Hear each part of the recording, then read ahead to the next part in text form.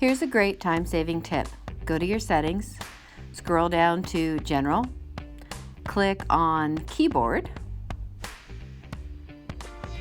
choose Text Replacement. Let's say that I wanted to hashtag EngageLK all the time.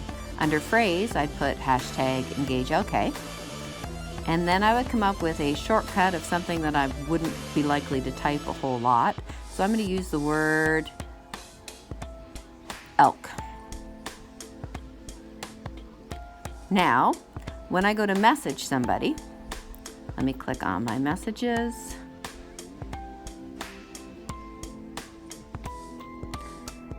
If I type in elk, then it'll give me the option to hit Engage LK.